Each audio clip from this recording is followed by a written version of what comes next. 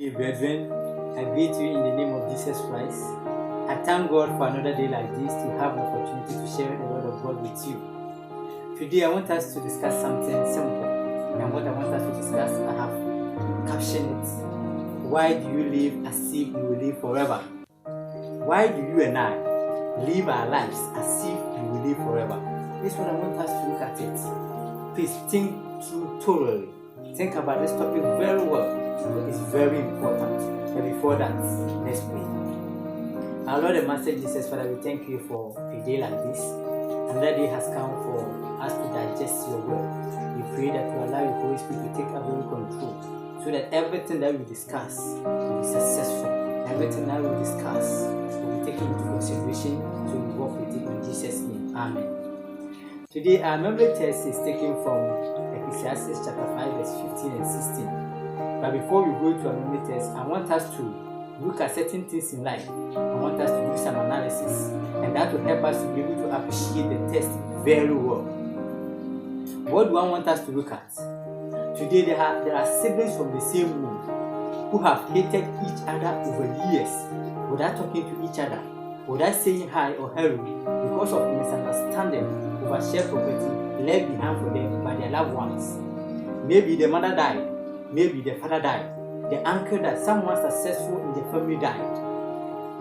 And for siblings from the same womb, for them to be able to share this property amicably, now it is not happening in that way. Unlike Abraham and Lot. We know Abraham was with Lot, and it got to a time their possession was increasing in numbers, and their herdsmen were fighting each other. Abraham sat down and said, "No, Lord, we cannot sit down for our people to quarrel like that. So what should we do? I want us to do something. This is a vast land. Choose for yourself where you want to be. If you want to be at the left side, I will be at the right side. If you want to be at the right side, I will be at the left side." The Bible said, Lord, who is the younger one, looked afar, and he saw a fertile land, a watered land, and that is where he chose. But Abraham said, if that is where you have chosen, go, I will also take the other side. But today, brothers from the same womb are not able to do that. The younger one is not ready to sacrifice for the elderly, and the elderly one is not also ready to let it go.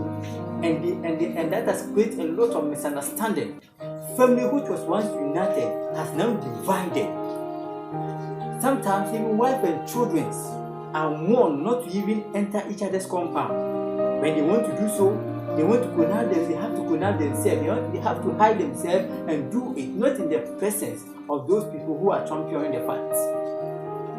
Sometimes their hatred go to the extent of wanting to kill each other or looking for the downfall of each other.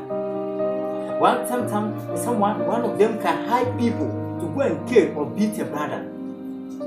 Sometimes too, he will not hire people to go and beat, or he may not take the person to juju, but his breakfast is to hear that his brother is in danger.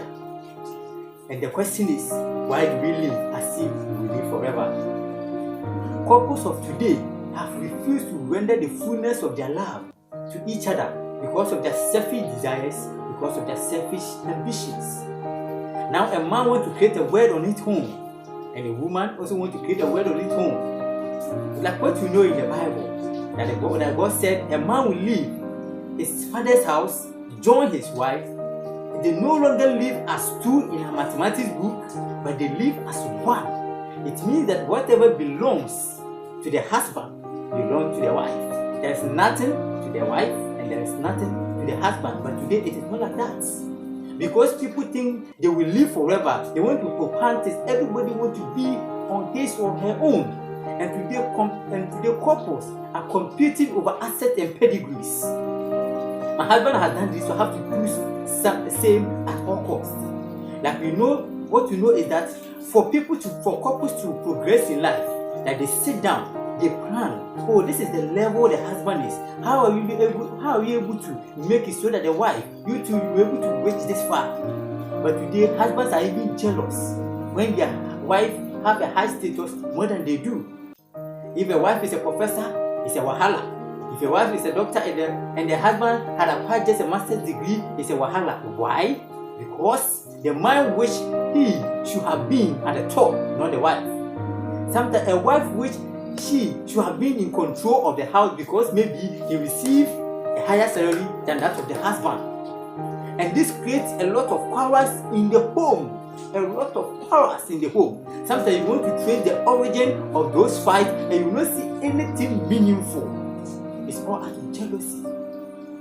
Today, businessmen and women can do any horrible thing to get their money without considering the welfare of their clients.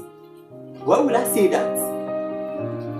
The company knows very well that this chemical that they are adding to this pomade, if a client, if a consumer is to apply that pomade on the skin for 5 to 10 years, the person will not like his or her own skin.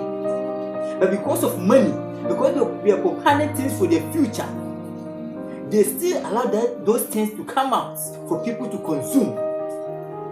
That company knows very well that that drink, that product that he is bringing out, if somebody is to continue taking that product into the stomach for the next 10 to 15 years, the person is going to have stomach ulcer. The person is going to have heart attack. The person is going to have a lot of diseases, health implications. But the person knows. Even what so makes it so pathetic is that the very people who are working there know that whatever they are adding to it is not helping. It is not healthy, but they will do it because they are looking for the money, because they are working for the money, as if they are going to live forever. The bank owner, the bank manager, the loan officer knows very well that the interest on the loan is unbearable, and that anyone who comes for the loan will struggle to pay, will go through a lot of frustrations, and sometimes may not even be able to pay their money to them, let alone to have some for themselves. Why? By the time the person finishes paying the money to the bank, the person may have paid 3 times what he has gone for. They know very well, but because they are preparing things for the future, as if they're going to live with those things for the rest, for the whole of their life, they neglect the passion they can have for their clients, and they do such things. Today, pedigrees are not the essential attainment someone can achieve on earth. And because of that, people neglect their duties of helping the poor, helping the needy, helping those who are in need in their home just to acquire them. The person has been able to attain master's degree. He has a younger brother, someone who is in the family, who needs his help just to be able to complete senior high school, so that he or she can also be exposed to the universities. But this person have always been complaining that he's not having money, but he always have money to go to abroad or to go to school to continue or further his education, to get a master's degree, to get whatever degree, because he thinks that his friends are moving forward in life. Meanwhile, every person and the life God has given to him or her has its own pace, has its own responsibility, has its own destiny, has its own way God has asked him to accomplish it. So somebody's life is not your life, but because of competition, people are doing that. You have someone in your family, the person is suffering a lot.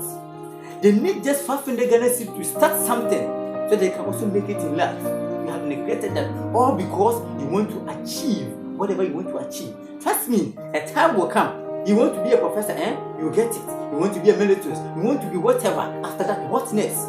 A time will come, your papers will be nothing but to ashes, because the time will come you will not be there. And they have to make arrangements in the room. They cannot allow those papers to occupy the room, so they need to pen it. So why do you help people? Today, pastors enjoy collecting tithe and offering from their members to build cathedrals over the salvation of their members. What they want is that we have thousands of people in our church. What they want is that we have a big building, a mansion, a building that people will see and see that indeed this is a building. And because of that, sometimes people have to go for juju. Sometimes people have to use another tricks just to manipulate people to come to their church, manipulate people to collect money from them as if they're going to live forever. I wish you have 10 people in your church that you can manage them, you can help them, uplift them to the standard where God approves, where God wants you to where God wants you to make them acceptable to Him, where God wants you to make them able to reach in life, where God will see that indeed my children are now making it, my children are now making impact. But that is not your concern. Your concern is to have thousands of people in your church, where 700 of them, you don't know what is going on in their life. About 2 years now, somebody has tried as much as possible to reach you, but he has not been able to reach you. But you collect tithe and offering from that person. Trust me, the money God have asked them to pay for you, it is not about that 10-30 minutes preaching that you do, that 1 hour preaching that you do, but then it is about you helping them and uplifting them to the standard where God wants you to use them, how God wants you to be able to make it happen in their life, so that when He comes, they cannot perish. Let's talk about our politicians. Today, people can do anything to go into politics. People can do anything to sustain their power. People can do anything to do away with people who try to be an obstacle on their way. When they are coming to power, they are the main reason why they exist. But when they come to power, they are the main reason why we exist. And that is why when they are coming, you have to pave way for them. Yes, you are authorities, so you have to do that for you. But what I'm trying to say is that don't enjoy being in that comfort car. Don't enjoy being in that luxurious car and neglect that poor man who has to use his hand to pull or to push the wheel before he moves from one place to another. Don't live in that luxurious homes and neglect that poor community that when it starts raining, they have to carry their things on their head. If not, all their things will wet. They need you to create a drainage system in their vicinity so that it will facilitate the flow of water, so that they can also have a peace of mind. But today it's never like that.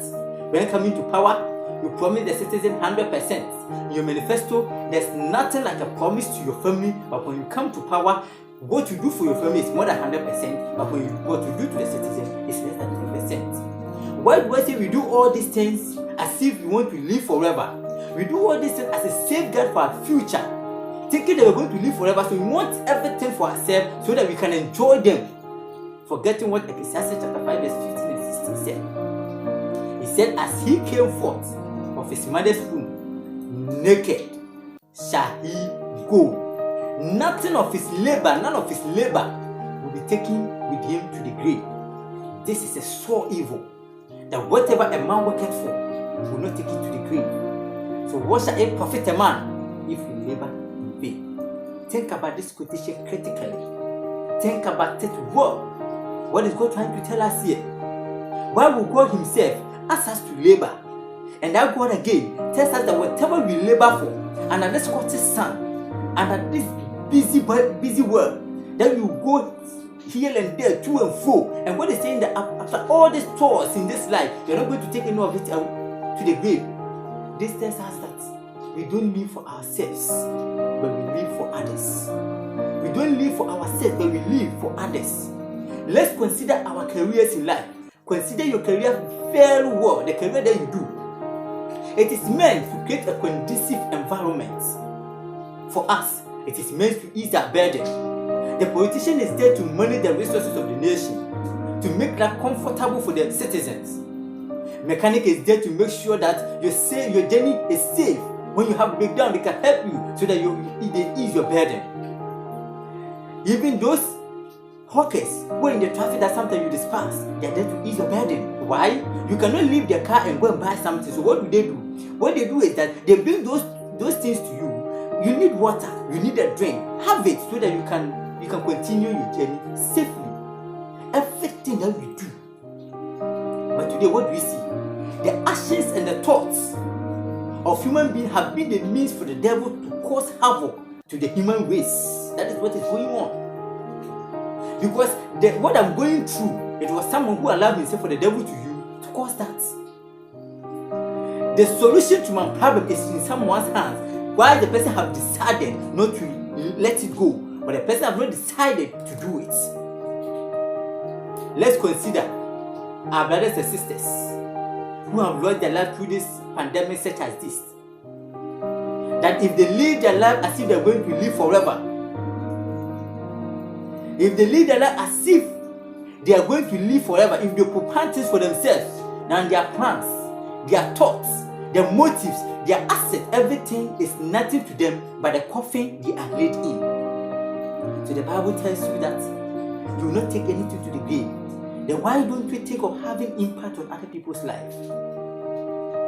In fact, the best antidote for that to be able to curb this situation of hardship is for us to begin to think that we will not live forever. It's for us to think that everything we are working for in this world, we will not take any of them to the grave. What you want to acquire, somebody have acquired it and the person is now in the grave. And if God is to give you opportunity that after death, after 10 years, for you to come and look at how people have managed what you took an expense of some people to acquire, how they have managed it, you will cry. So whatever I want to tell you today is that you don't live for yourself, you live for others. So why don't we start to think of having impact in other people's life?